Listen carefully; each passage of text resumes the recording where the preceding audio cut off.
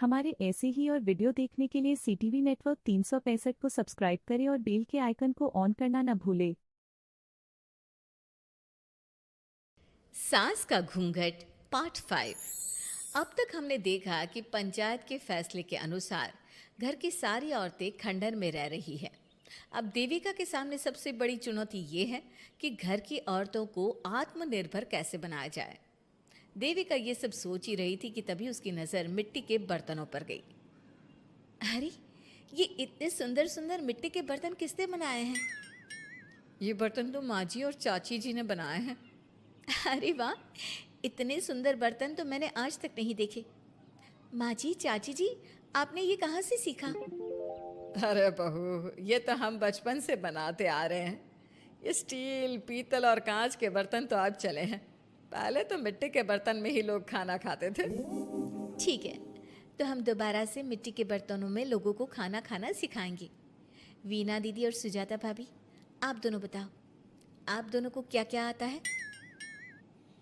मुझे तो खाना अच्छा बनाना आता है। बस खाना बनाने के अलावा मैंने कभी कुछ किया ही नहीं। और वीना दीदी, आप बताओ, आपको क्या क्या आता है? पता नहीं, मैंने बचपन से यही सुना है कि लड़कियों को ये नहीं करना चाहिए, लड़कियों को वो नहीं करना चाहिए, इसलिए मैंने कभी कुछ किया ही नहीं। देविका, वीना को सिलाई, कढ़ाई और बुनाई बहुत अच्छी आती है। हाँ, आती तो है, लेकिन बहुत अच्छी नहीं। बहुत अच्छी भी आ जाएगी। अब देविका और बाकी सभी औरतें गांव में सबके घर जाती हैं और गांव की सभी औरतों से मिलकर कहती हैं, भाभी जी, अगर आपको अपने या अपने घर वालों के लिए कपड़े सिलवाने हो तो आप मुझसे ही सिलवाना। बहन जी, मिट्टी का चूल्हा, बर्तन या मटका बनवाना हो तो मुझसे ही बनवाना। मैं और विमला दीदी आपके घर के सारे बर्तन बना देंगे। भाभी, आप कभी किसी काम में व्यस्त हो और खाना ना बना पाओ ना, तो आप मुझे बता देना, मैं आपके घर के लिए खाना बना दूंगी। वो क्या है ना, आप तो सारा दिन खेतों में काम करती हो और कभी कभी खाना भी नहीं बना पाती होंगी, इसलिए। इस तरह घर की औरतें जी जान से अपने अपने कामों में लग जाती है। धीरे धीरे उनका काम बढ़ जाता है और वो अपने खंडहर को ठीक करने में लग जाती हैं। वहीं दूसरी ओर घर के सारे आदमी घर का काम संभाल नहीं पा रहे थे। अरे भाई कल्याण, चाय तो पिला दे, जमाना हो गया अच्छी चाय पिए हुए। आप भी ना घर के दामाद से क्या क्या काम करवाते हैं। अभी लाता हूँ चाय। कल्याण, तुम दामाद नहीं बेटे हो, इसलिए इस घर के सुख दुख, घर के काम और बाहर के कामों में तुम्हारा सहयोग तो होना ही चाहिए ना। इतने में कल्याण चाय बनाकर ले आता है। जैसे ही सचिन चाय पीता है तो उसके मुंह से चाय निकल जाती है। जीजा जी, ये क्या बनाया है, इतनी कड़वी चाय? इससे अच्छा तो करेले का जूस होता है। देख सचिन भाई, मैं तो ऐसी ही चाय बनाता हूँ, पीनी है तो पी, नहीं पीनी है तो अपने आप बना ले। मैं खाना बनाने जा रहा हूँ और अकेला नहीं बना सकता, आप में से कोई मेरी मदद करो। सचिन मेरी चाय की बुराई कर रहे थे ना, तुम जाओ अब खाना बनाओ। सचिन और मोहन दोनों खाना बनाने में लग जाते हैं। मोहन भिंडी काटकर कढ़ाई में छोड़ देता है और उसमें पानी डाल देता है। आपने भिंडी में पानी क्यों डाला? शायद पानी नहीं डलता, पता नहीं, लेकिन माँ ने कभी भिंडी में पानी नहीं डाला था। लेकिन बिना पानी के भिंडी बनेगी कैसे, मतलब गलेगी कैसे? बिना पानी के बनाएंगे तो चिपक नहीं जाएगी कढ़ाई से? पता नहीं, चलो देखते हैं कैसे बनती है भिंडी। भैया, कितने दिन हो गए ना अच्छा खाना खाए हुए।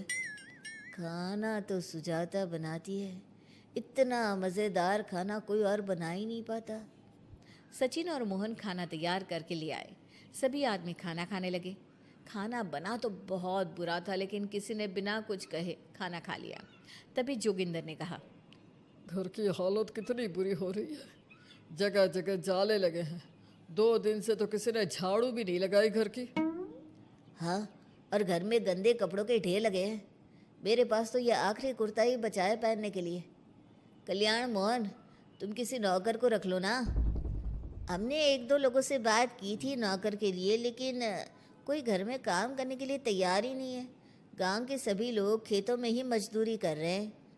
घर के सभी आदमी घर के काम में लगे रहते हैं, तो वो अपने खेतों पर भी ध्यान नहीं दे पाते और उन्हें हर महीने आर्थिक रूप से नुकसान उठाना पड़ता है। धीरे धीरे उनके घर की हालत खराब होने लगती है। एक दिन कल्याण सबसे कहता है, घर को तो औरत ही संभाल सकती है, हमारे बस का नहीं है घर संभालना। हमें किसी तरह से उस सब को वापस इस घर में लाना ही होगा। अरे कल्याण बेटा, पंचायत का फैसला था कि औरतें हमसे माफ़ी मांगे, लेकिन उन्होंने माफ़ी नहीं मांगी। अब हम उन्हें बुलाने गए तो उल्टा हमें ही अपनी अपनी पत्नियों से माफ़ी मांगनी पड़ेगी। हमें कोई ऐसा रास्ता निकालना होगा कि वो मजबूर हो जाए हमारे पास आने के लिए। बापू, उन सभी ने अपने अपने काम शुरू कर दिए हैं, क्यों ना हम सबके काम में नुकसान कर दे, इससे वो मजबूर हो जाएंगे हमारे पास आने के लिए। भैया, ये कैसी बात कर रहे हो? इससे वो मजबूर नहीं होंगी बल्कि और भी ज़्यादा गुस्सा हो जाएंगी। मैं तो बोल रहा हूँ शराफत से जाकर माफ़ी मांग लेते हैं। मुझे यकीन है कोई माफ़ करे ना करे, माँ तो ज़रूर हमें माफ़ कर देंगी। नहीं सचिन, अगर हमने माफ़ी मांगी तो ये सारी औरतें हमारे सर पर चढ़कर नाचेंगी। हमें इनके सामने छोटा नहीं होना है। मोहन, कल्याण, तुम दोनों आज से ही काम शुरू कर दो। बस फिर क्या था, घर के सभी आदमी लग गए काम पर। मोहन और कल्याण रात को खंडहर में पहुंचे और उन्होंने सारे मिट्टी के बर्तन तोड़ दिए। उसके बाद वीना ने जो कपड़े तैयार करके रखे थे वो सारे कपड़े उन्होंने फाड़ दिए। सुबह जब घर की औरतों ने ये सब देखा तो परेशान हो गई। अरे, ये सारे बर्तन किसने तोड़ दिए? माँ, किसी ने मेरे सिले हुए कपड़े ही फाड़ दिए। ये हरकत कौन कर सकता है? और कौन करेगा भाभी, ये सब उन आदमियों की हरकत है। जब किसी तरह से हमें झुका नहीं पाए तो हमारे काम बिगाड़कर हमें परेशान कर रहे हैं। सभी औरतें दुगनी तेजी से काम में लग गई। उन्होंने दिन रात मेहनत की और उस खंडहर को महल की तरह बना दिया। उनके काम की तारीफ सुनकर दूर दूर के गांव से लोग आने लगे और उनसे अपना काम करवाने लगे। एक दिन सभी औरतें बैठकर खाना खा रही थी, तभी विमला ने देविका से कहा, देविका, हम कभी सोच भी नहीं सकते थे कि हम अपनी मेहनत से अपने लिए इतना बड़ा और इतना अच्छा घर बना लेंगे। देविका बहू, आज हमें इस बात का एहसास हो रहा है कि हम तो सिर्फ सांस ले रहे थे, जीना तो हमें तुमने सिखाया है। मुझे तो अब भी यकीन नहीं हो रहा कि मेरे पति की पहचान के अलावा भी मेरी कोई पहचान है। गांव के सब लोग मुझे सिर्फ मोहन की पत्नी के रूप में जानते थे, लेकिन अब सारा गांव मुझे जानता है। देविका, मैं कुछ ही दिन में इस गांव में एक अच्छा सा होटल खोलूंगी और मैं एक बुटीक खोलूंगी। मैं यहाँ गांव की लड़कियों के लिए एक स्कूल खोलना चाहती हूँ, यही मेरा सपना है। सभी औरतें खाना खाकर सो जाती है। रात बहुत ज़्यादा हो गई है, लेकिन देविका को नींद नहीं आ रही थी। तभी उसे किसी के कदमों की आवाज़ सुनाई दी। पहले तो देविका थोड़ी डर गई, लेकिन उसने हिम्मत करके उठकर देखा तो उसके सामने सचिन खड़ा था। सचिन, तुम यहाँ क्या कर रहे हो?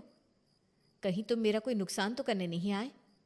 मेरे पास तो किताबों के अलावा कुछ नहीं है, फाड़ना चाहो तो फाड़ सकते हो। देविका, मैं तुम्हारा कोई नुकसान करने नहीं आया हूँ, बस तुमसे माफ़ी मांगने आया हूँ। क्या? रात के अंधेरे में चोरों की तरह तुम मुझसे माफ़ी मांगने आए हो? प्लीज़ देविका, माँ और चाची को समझाओ कि वो बापू और चाचा जी से माफ़ी मांग ले और तुम सबको लेकर घर आ जाए। सचिन, तुम भी तो अपने बापू और चाचा को अपने साथ ला सकते थे ना, और माँ और चाची से माफ़ी मंगवा सकते थे ना। प्लीज़ देविका, मुझे माफ़ कर दो और घर चलो। कैसे माफ़ कर दूँ सचिन? तुमने मुझे मरने के लिए छोड़ दिया। अगर माँ और चाची हिम्मत करके मुझे अस्पताल ना ले जाती तो आज मैं और मेरा बच्चा जिंदा ना होते। ना तुम मुझे अस्पताल में देखने आए और ना ही अस्पताल से आने के बाद मेरा हाल चाल पूछा। मुझे तो छोड़ो, तुमने अपने बच्चे का चेहरा तक नहीं देखा और तुम मुझसे उम्मीद कर रहे हो कि मैं तुम्हें माफ़ कर दूँ? कभी नहीं सचिन। देखो देविका, हम सबको बहुत नुकसान हो रहा है। घर के काम की वजह से हम बाहर के काम पर ध्यान नहीं दे पा रहे। घर और जिंदगी दोनों अस्त व्यस्त है। वो इसलिए कि तुम सब आदमी संगठित नहीं हो, अपना दिमाग और ऊर्जा हमें परेशान करने में लगा रहे हो। और हम औरतें संगठित हैं। हम अपना दिमाग और ऊर्जा अपनी प्रगति में लगा रहे हैं। इसलिए हमने खंडहर को भी महल की तरह कर दिया और तुम्हारी हवेली खंडहर की तरह लगती है। सचिन देविका से बार बार माफ़ी मांग रहा है। क्या सचिन को अपनी गलती का सच में पछतावा है या फिर ये घर के आदमियों की कोई नई चाल है? ये जानने के लिए आपको हमारे आने वाले एपिसोड का इंतज़ार करना होगा। और हाँ, कमेंट करके हमें ये भी ज़रूर बताइए कि क्या देविका को सचिन को माफ़ कर देना चाहिए? क्या उसे सब कुछ भूल कर सचिन के साथ अपना घर बसाना चाहिए या फिर सचिन को भूल जाना चाहिए?